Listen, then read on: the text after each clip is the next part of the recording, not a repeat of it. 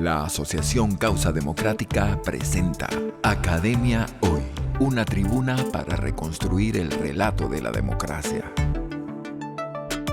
Bienvenidos a este nuevo podcast de Academia Hoy. Hoy tenemos un invitado muy especial. Se trata de Esteban Ibarra, quien es presidente del Movimiento contra la Intolerancia, con sede en España, en Madrid, pero que por supuesto su campo de acción y de estudio abarca a todo el mundo en un momento muy crítico o muy importante para lo que son los derechos humanos. Quiero comenzar felicitándote por tu trabajo desde la asociación, desde la Academia, la Asociación Causa Democrática Iberoamericana.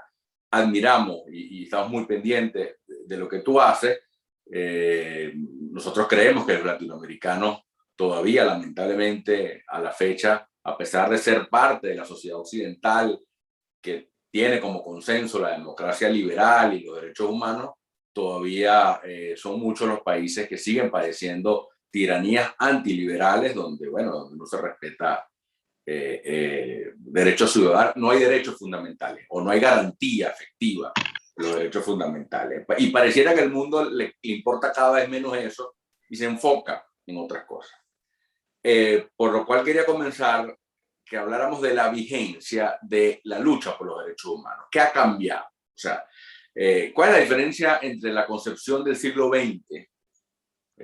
Porque los derechos humanos que tienen una historia desde el principio, creo yo, de las civilizaciones, ya tú nos hablarás de eso luego. En cualquier caso, la concepción que había es la de posguerra del siglo XX, donde la universalidad de los derechos humanos quedó como un principio concebido ya sin ni siquiera contestación. Sin embargo, entrado el siglo XXI, uno nota diferencias en la aproximación que algunas élites de sociedades de Occidente hacen sobre el fenómeno. Yo simplemente me atrevo a decir algunas. Hay mucho énfasis, uno ve en países donde hay democracia liberal, donde se pueden hacer valer derechos fundamentales, donde la igualdad ante la ley, que es un principio de la democracia, existe, pero esas sociedades están como haciéndose una revolución a sí mismas y prefieren tumbar estatuas de personas de siglos pasados, haciéndose como la guerra a su propio pasado. Y parece que el mundo está más pendiente de esas cosas y ya deja por fuera sitios donde todavía no hay ni siquiera la oportunidad de luchar por nada. Tiranías clásicas que pareciera que dejan de importar, unas además muy cerca o dentro de Occidente mismo, o muy cerca de otras sociedades que no ven lo peligroso, que no se entienda que los derechos humanos son universales, que básicamente era el avance del siglo XX. Por ejemplo, lo que pasó hace poco con un avión europeo de Ryanair, que la tiranía bielorrusa lo secuestra para bajar de ahí a un periodista que lo que había hecho es hacer disidencia a su régimen, que con la novia hoy son unos presos políticos de bandera pero pareciera que Occidente se acostumbra a eso, o sea, que eso, es noticia de un día, no escandaliza mucho y sigue entonces con el tema de quién era machista en el siglo XIX. Entonces, yo me pregunto qué ha cambiado y si este cambio es para bien o para mal y cómo podemos volver al estatus donde entendamos que el gran avance de la posguerra fue haber entendido y que había quedado como principio universal que los derechos humanos son para todas las personas en todas partes. Bienvenido, Esteban. Muchas gracias, querido amigo.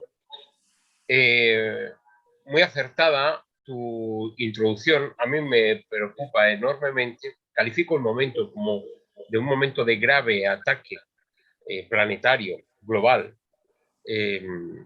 a los derechos humanos. Y estamos en peligro de retroceso muy serio. Por esos ejemplos y por muchos más. Has puesto el ejemplo de Ryanair, que es un atentado a la libertad de expresión y a la profesión periodística. Has puesto el ejemplo de los ataques a las estatuas, la cultura de la cancelación, le llaman ahora mismo la cultura de la cancelación. Todo lo que no les gusta lo cancelan, lo sacan del tiempo histórico en el que han sucedido las cosas y automáticamente pues, construyen un relato que es ahistórico, un relato presentista, un relato, ahora también se le califica de adanista, parece que el mundo ha empezado ahora mismo. Bueno, estamos viendo un ataque muy serio. ¿Qué es lo que sucede cuando tú hablas del final de la guerra, ¿no? De la Segunda Guerra Mundial?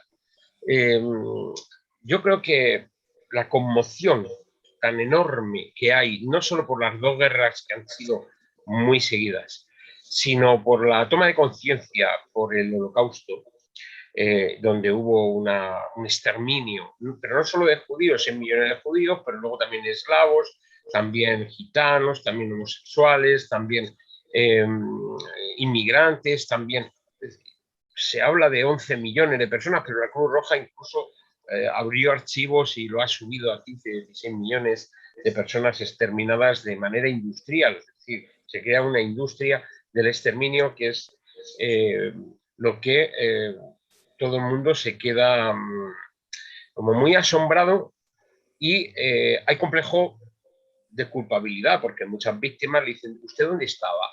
¿Usted no veía los trenes y las vías? ¿Le hubiera gustado bombardear esas vías y impedir que los trenes siguieran llevando gente a los hornos crematorios? Bueno, yo creo que incluso los vencedores de la Segunda Guerra Mundial están muy cuestionados. En ese momento también estaba cuestionado la Unión Soviética de Stalin, porque se estaba tomando conciencia del Holodomor, que era el otro holocausto, pero practicado por los stalinistas, haciendo morir de hambre a millones de personas. En verdad que se produce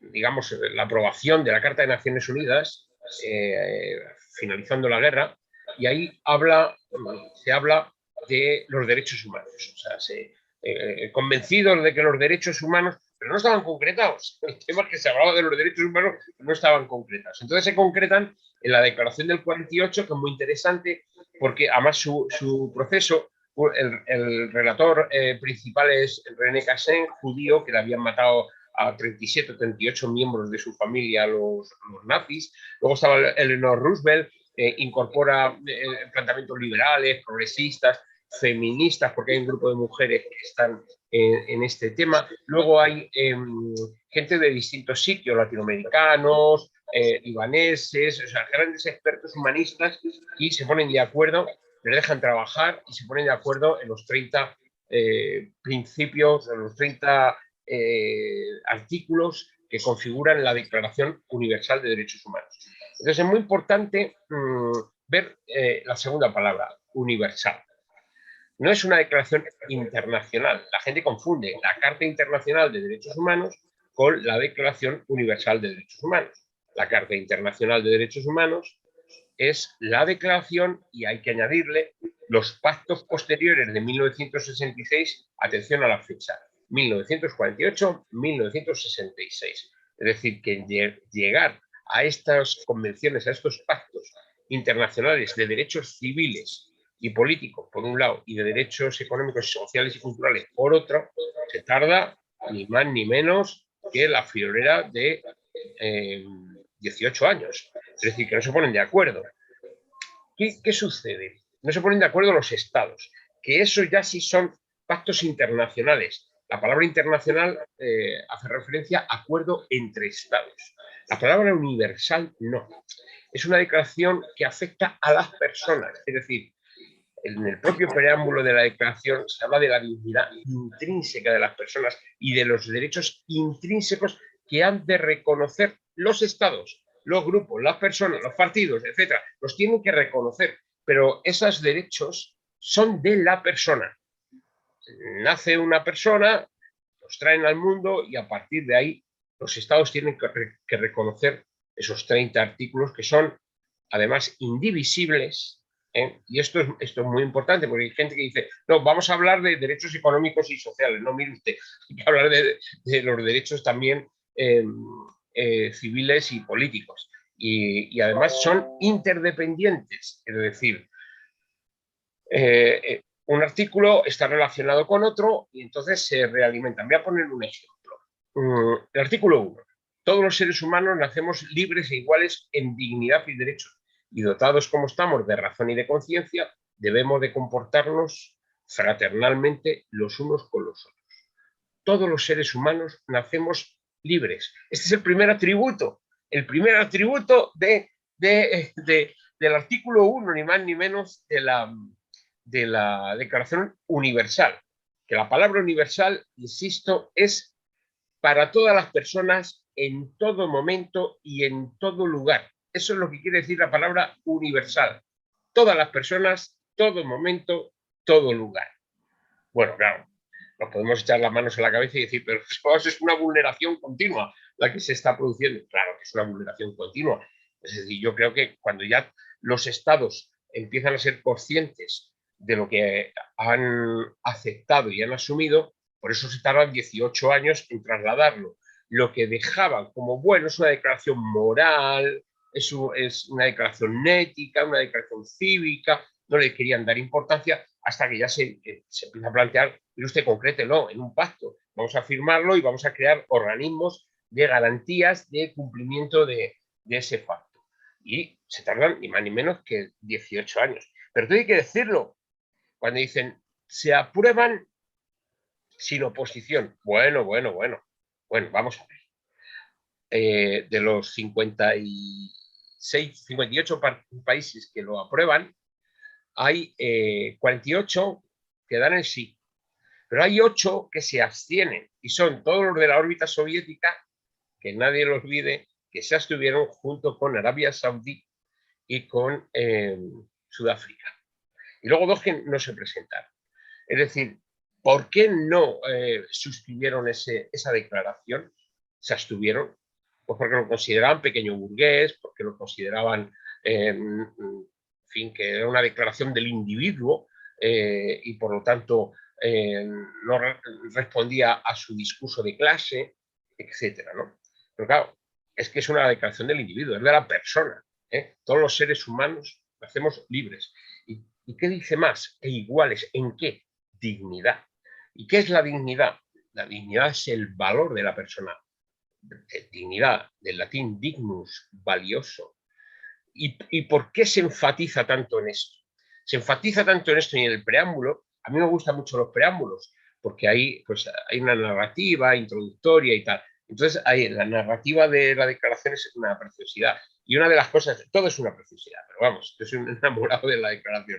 Pero en el preámbulo hay una cuestión que habla de la dignidad intrínseca. La gente no entiende qué es dignidad intrínseca.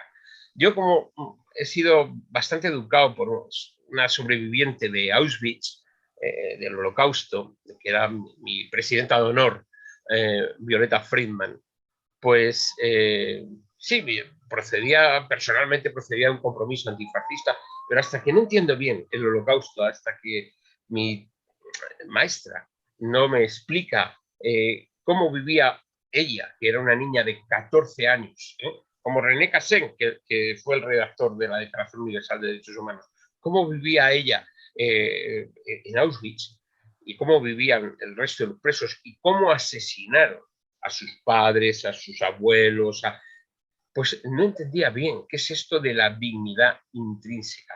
Luego, leyendo a Primo Levi, pues lo entiende uno más. Primo Levi habla así en su libro, Si esto es un hombre. En fin, ¿qué es lo que quieren trasladar?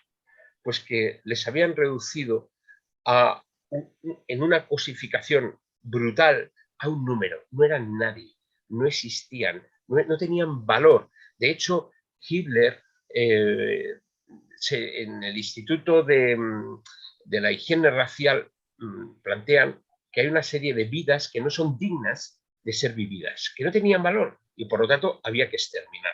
Pero es que esta misma lógica estaba Stalin. Es decir, esto no servía para la revolución, pues hay que eliminarlo y ya está.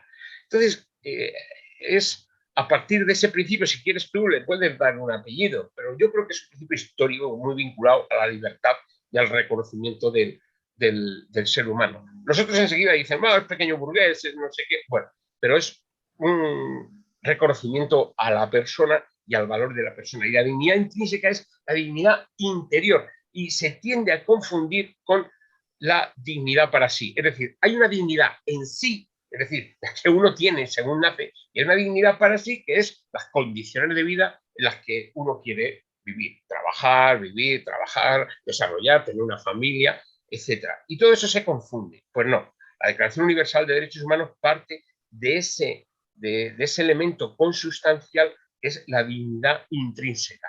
Y eso se deduce claramente de su preámbulo. ¿Qué es lo que sucede con la Declaración Universal de Derechos Humanos? Hombre, pues, que es el paradigma. Es decir, no se puede plantear hoy ninguna democracia con un mínimo de reconocimiento democrático si no tiene incorporada la Declaración Universal de Derechos Humanos y su aplicación en el derecho positivo y su interpretación con arreglo a los tratados internacionales. Es decir, se ha convertido aquello que parecía una cosita, en fin, para salir del paso moral y tal, porque era 1948, todo el mundo estaba abrumado por lo que estaba conociendo, se ha conocido en el gran paradigma de la historia. ¿Y ahora qué pasa? Permite preguntártelo al revés. Tú más o menos dices que no puede haber democracia sin derechos humanos. Yo te lo pregunto al revés. ¿Qué otro sistema puede haber derechos humanos sin democracia? O sea, ¿qué otro sistema que no haya sido el de la democracia liberal haya generado garantías reales a los derechos individuales y humanos? Imposible. Imposible porque estos son derechos individuales. Cuando nos hablan de derechos colectivos que se oponen a los derechos individuales, no, eso no es articulado. O sea, puede haber, digamos, es que este es un debate muy actual, es un debate incluso con el tema, otro de los temas que abordo yo mucho, que son lo de los delitos de odio y crímenes de odio y demás, conflicto entre la interpretación colectivista y la interpretación universal, singular, de la persona. Es decir, tú tienes derechos individuales y luego puedes ejercer derechos colectivos, pero no aplastando los derechos individuales. Es decir, los derechos son siempre, básicamente, en materia de derechos humanos individuales, pero luego, efectivamente, puedes plantear objetivos colectivos, derechos incluso colectivos, como es el derecho a respetar una constitución, etcétera, siempre y cuando esa constitución tenga recogido pues el paradigma de los derechos humanos.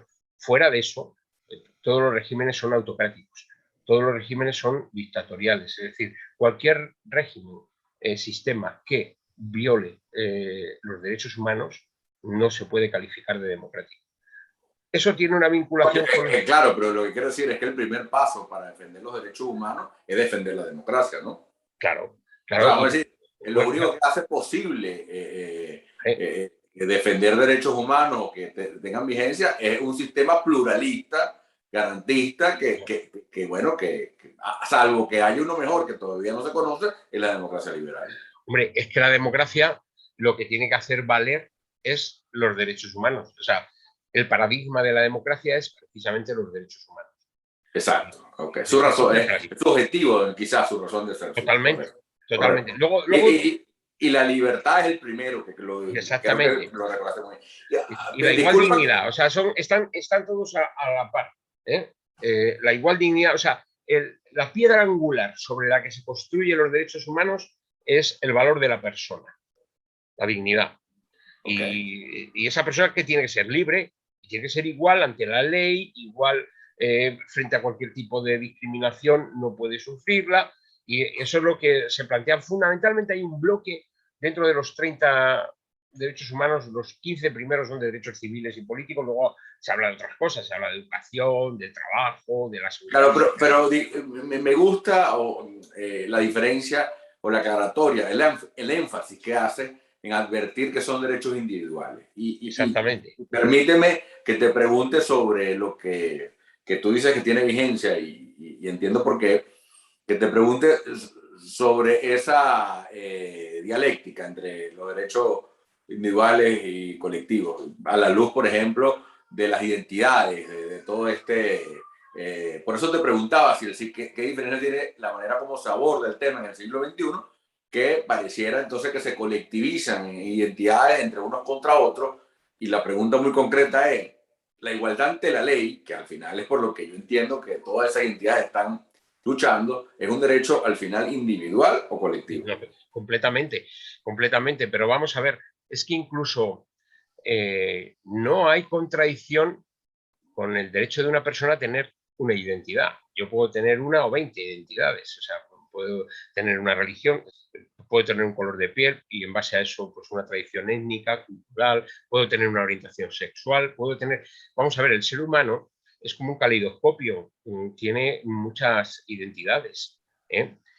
A mí me gusta más hablar de personalidad, más que de identidad, es decir, porque es la cualidad que tiene, las cualidades que presenta una persona. Pues muy bien, mire usted, yo tengo 20 identidades. El problema no es tanto la identidad como el identitarismo. Es decir, construir una ideología en base a una identidad, que eso han sido todos los nacionalismos y todos los sismos que uno se pueda imaginar, que aplasten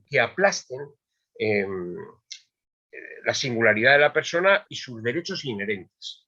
Es que este es el punto. Yo vengo al mundo y tengo valor, tenemos todos el mismo valor. Y como tenemos todos el mismo valor, todos crecemos, debemos de vivir en libertad. Y como vivimos en libertad, somos iguales ante la ley y además reclamamos igualdad de oportunidades. Pero además tenemos deberes, que es lo que viene a plantear también la propia Declaración Universal de Derechos Humanos.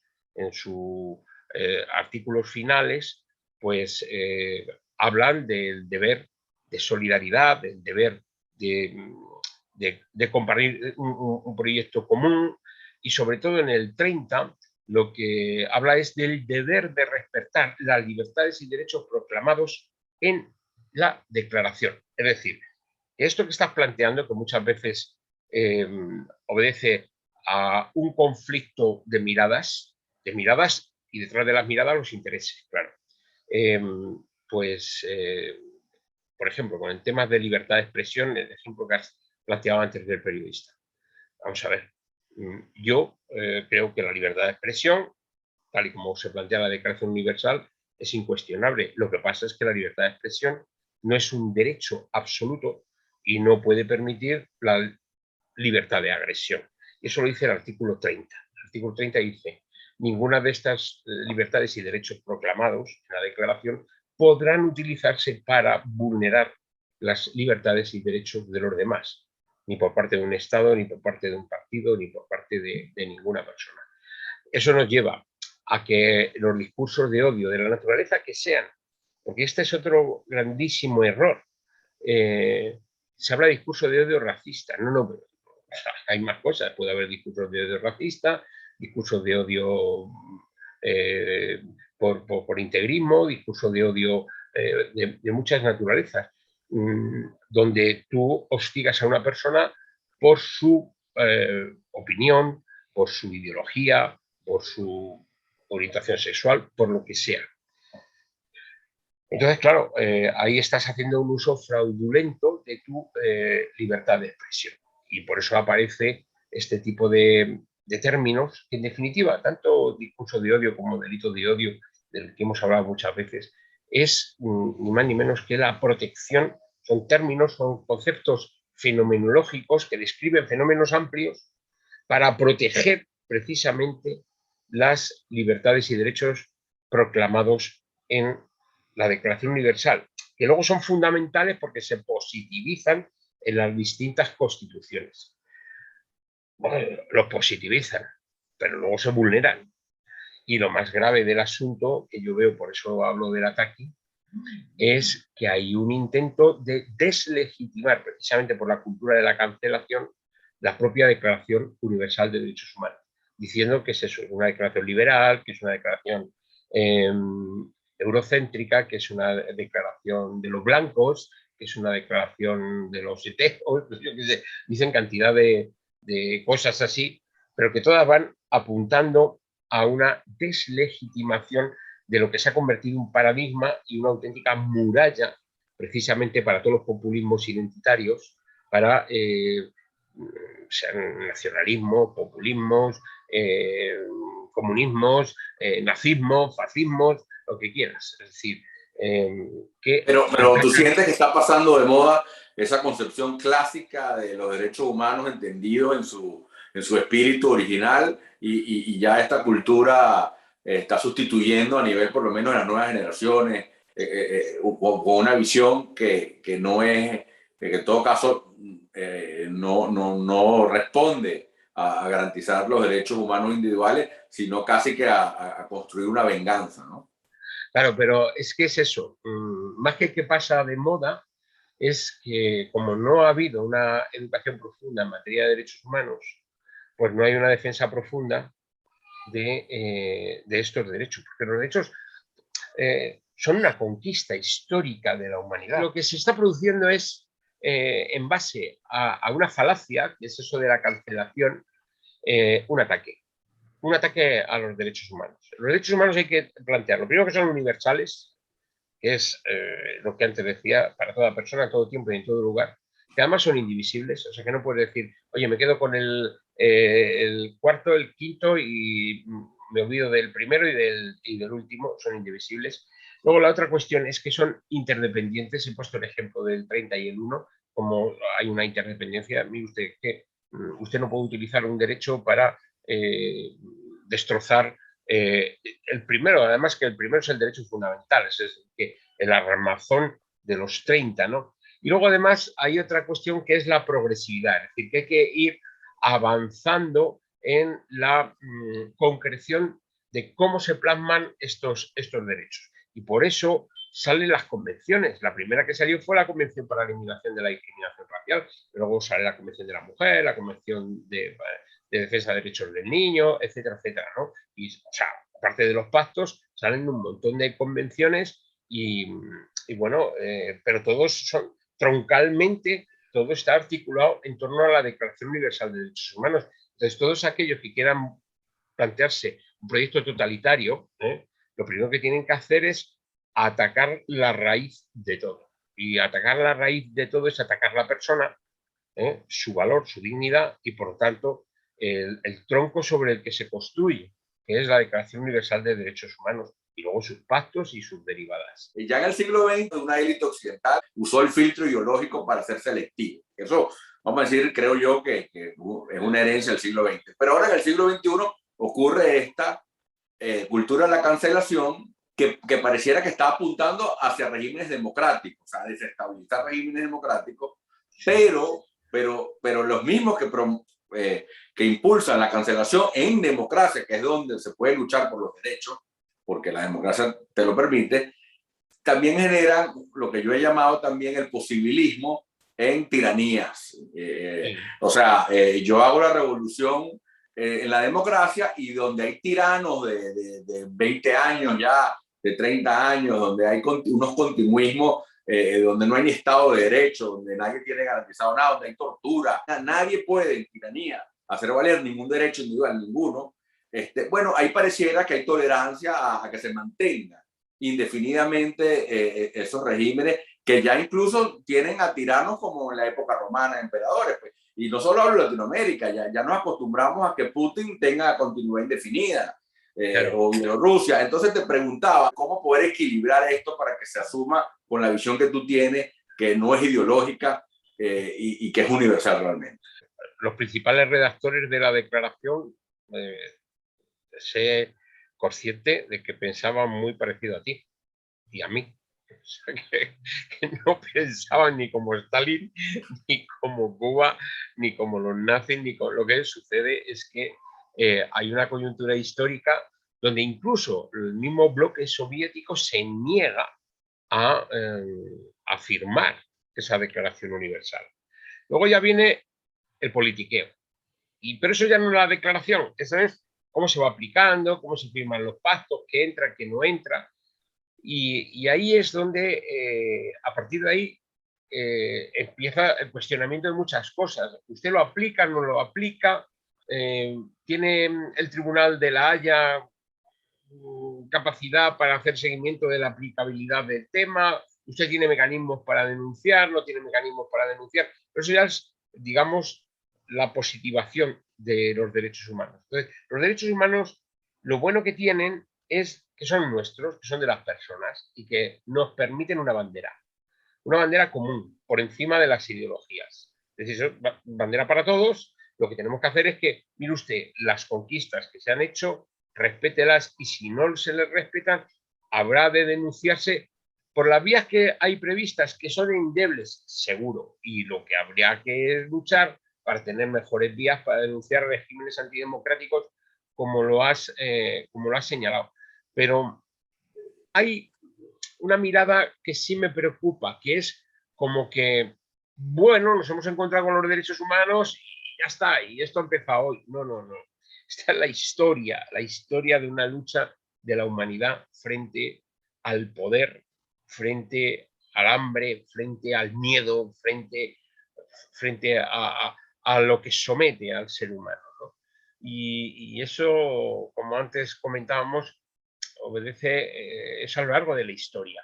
Y poco a poco se van conquistando niveles de reconocimiento de derechos. Y entonces el gran paradigma es la Declaración Universal. Yo creo que si estos regímenes pudieran deconstruir la Declaración Universal, aplaudían con las orejas, porque es al final lo que te permite a ti denunciar vulneración de libertades y derechos, aquí, allí y en cualquier parte del mundo. Es que no tenemos otra cosa. Lo que hay que hacer es luchar porque las constituciones estén incorporadas y se cumplan. Esa es otra. Tú puedes tenerlo en la Constitución y no se cumple. Pero pensemos realmente, para llegar aquí ha habido muchas muertes, mucho horror, mucha reivindicación, y no ha sido de 100 años, de 200. Esa es una mirada, pues, en fin, muy de la edad reciente, ¿no? No, ha sido... yo siempre digo que hay que darle un enfoque histórico, es decir, desde la época de Espartaco, o antes desde el Paleolítico, ya había lucha por los derechos porque siempre había opresión. Entonces, frente a la opresión y frente a la explotación, el ser humano, nuestros antepasados de hace millones de años, pues también se levantaban. Se decía, oye, hasta aquí hemos llegado. Y probablemente les mataban, la gente que ejercía el poder.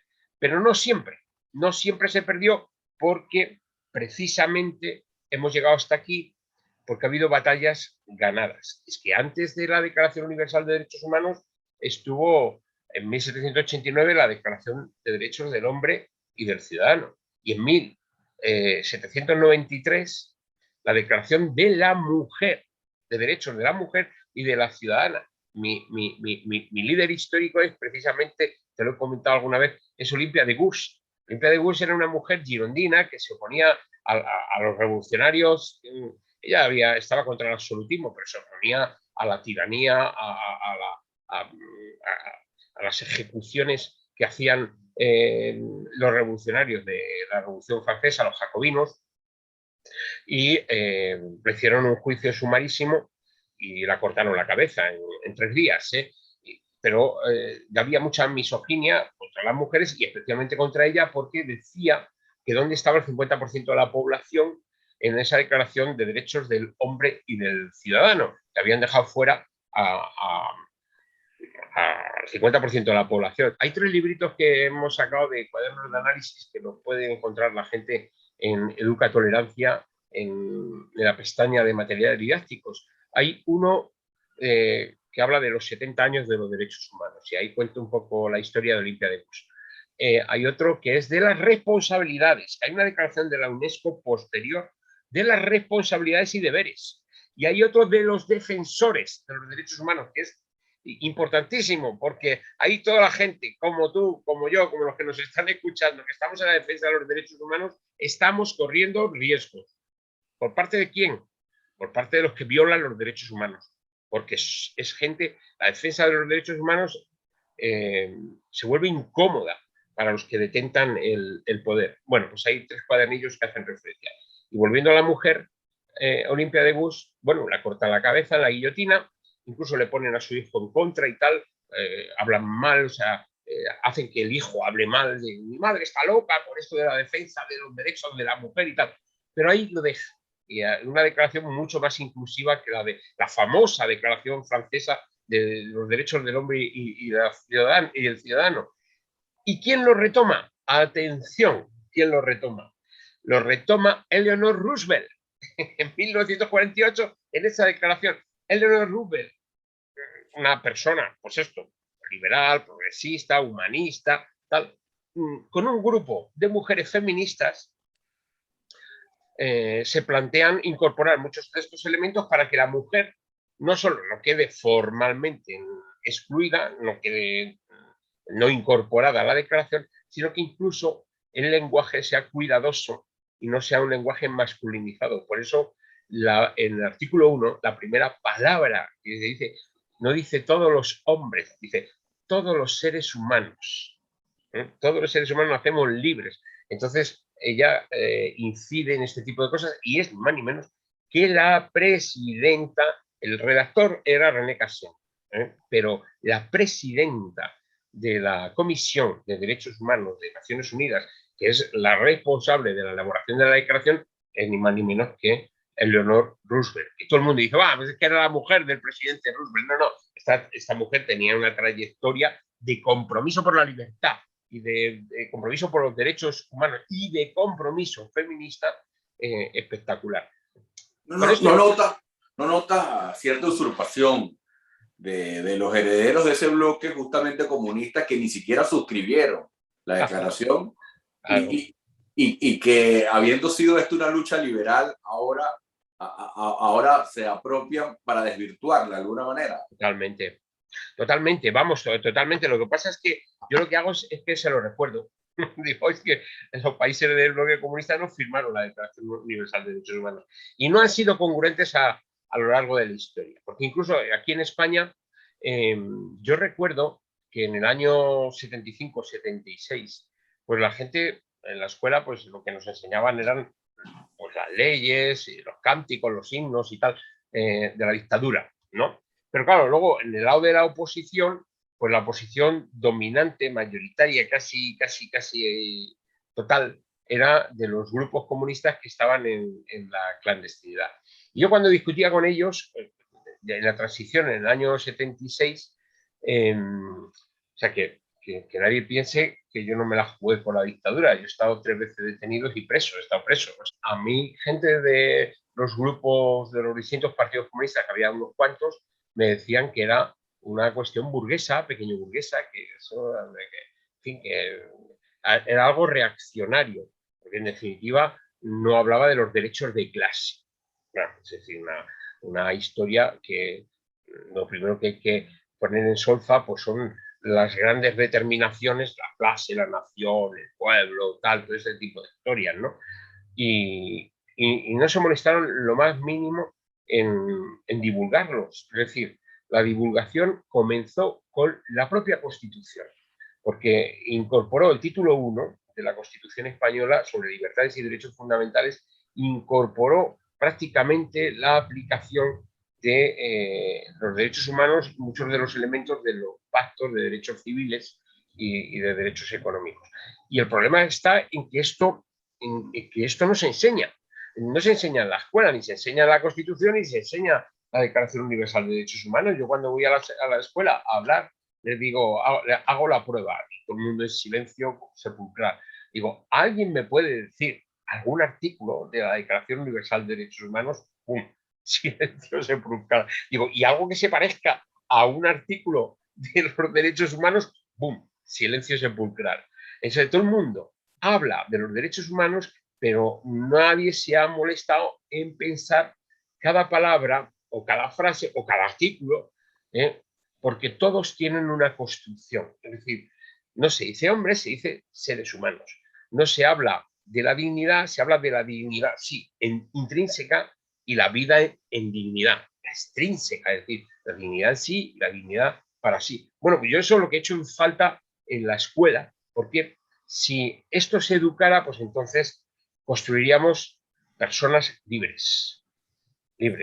¿Y cómo ves el futuro? Pues mira, pero 2 palabras que quiero señalar, que me gustan muchísimo, es decir, dotados de razón y de conciencia. no es lo que ahora se ve. Ahora todo es sentimiento, emoción, sentimiento. No, mire usted, no, en la Declaración Universal es iguales en dignidad y derechos, y dotados, como estamos, de razón y de conciencia, debemos comportarnos fraternalmente los unos con los otros. Y el futuro lo veo feo. ¿Para qué te voy a decir lo contrario? El futuro lo veo feo. Pero yo creo que si los estados no educan en derechos humanos, tendrán que ser la sociedad civil con ONGs o en la clandestinidad. Fíjate lo que te estoy diciendo. Y uno ha crecido en la clandestinidad de la dictadura franquista. Pues me da igual. En la dictadura cubana, me recuerdo con una entrevista que tuve con un traductor cubano en el movimiento de radios libres. O sea, ellos no tienen problema para estar en ningún lado, porque ya me dirás tú qué movimiento de radios libres hay en Cuba. Pero bueno, en una charla que tenía con él me decía, vos no sois marxista, casi. Oh, qué pecado, ¿no? Yo, pues no, yo soy humanista, defiendo los derechos humanos a tope, pero no me tengo por qué constreñir a ningún postulado histórico. Respeto las aportaciones intelectuales de cada cual, pero prefiero utilizar la razón y prefiero utilizar mi conciencia de ser humano para irme construyendo cada día. Y, lógicamente, si los estados... Claro, él se alarmó, se asustó y dijo, mejor que este no hable por aquí. Entonces, lo que hay que hacer precisamente es divulgarlos, enseñarlos, buscar su aplicación, poner a la persona como ser social, efectivamente, pero la persona está por encima de cualquier tipo de identidad. Es que me da igual que sea una persona de derecha, de izquierda, es que es una persona. A ver si lo entendemos. Este es un debate que también se ha planteado aquí con el tema de la extrema derecha, la extrema izquierda y tal. Y yo cuando les digo a la gente, digo, mira, vamos a ver, se sanciona, y tú que eres abogado lo sabes perfectamente, se sanciona los hechos, se sancionan las conductas. Pero las personas tienen inherentes sus libertades y derechos proclamados en la Declaración Universal y positivizados en una Constitución. Así que no porque sea de tal idea o de tal otra, le tienes que privar de sus derechos fundamentales. Y eso hay muchos regímenes, como los que tú has mencionado, que basta que las ideas de esa persona no coincidan con las ideas del régimen, que automáticamente te vulneran esas libertades y derechos fundamentales, que es lo que hacen todas las dictaduras, de un signo o de otro. Por eso hay que proclamar estos derechos individuales de las personas por encima de todo, que son en definitiva... Pero y entender en todo caso que los derechos humanos, la lucha por los derechos humanos es equivalente a los límites al poder, básicamente. Hombre, O sea, de eso se trata. Así, ¿no? ¿eh? De eso se trata. Es que nace así. Nace precisamente como un límite al poder, como un régimen, como un límite a los regímenes tiranos, como un límite a los abusadores. Por eso yo hablo del enfoque histórico de los derechos humanos. Es decir, es que siempre ha habido, recuerdo que cotilleando pues, a Marvin Harris y sus estudios antropológicos, él hace análisis de los jefes, de los abusones, de los cabecillas, de todos estos. Bueno, pues él señala que siempre ha habido resistencia, lo mismo que ha habido resistencia de la mujer a los abusos del hombre, los modelos de convivencia patriarcal. Bueno, siempre ha habido, siempre hay resistencia. O sea, es que la libertad es la capacidad de autonomía de la persona. Entonces, siempre lo va a existir. O sea, no es una cosa que, pues, mire usted, le ponemos una vacuna y deja de pensar en términos de libertad. Hombre, sí, si hay una enajenación o nos meten algún tipo ya de, yo qué sé, nos inoculan algo, de cerebrarnos, pero la libertad es consustancial al ser humano y la autoestima, de ser consciente de que eres tú mismo, es decir, de tu valor, la dignidad, también es consustancial. Y la igualdad con respecto al otro, pues también es consustancial. Con lo cual, digamos, esa tríada, libertad, igualdad, solidaridad, sobre la base de la raíz, que es la dignidad humana, pues va a estar ahí siempre, y siempre ha estado. Esta es la tesis que yo defino. Siempre ha estado, aunque no se haya escrito, aunque no se haya... Porque hay gente que dice... Lo que hubo fue un reconocimiento. Exactamente. Es que eso lo que se pide, y además el artículo 30 lo dice claramente, lo que se pide es que se reconozca. Pero es una realidad. Claro, natural, una realidad natural. Es derecho exactamente, natural. Es derecho exactamente. Natural. Y ahí hay naturalistas, agnósticos, religiosos, por ejemplo, algo desde una mirada latinoamericana o como se quiera definir, iberoamericana, me da igual. La escuela de Salamanca fue uno de los centros donde nace precisamente los derechos humanos. Estoy hablando de la época del descubrimiento de América, del encuentro con América. Es decir, se produce un debate.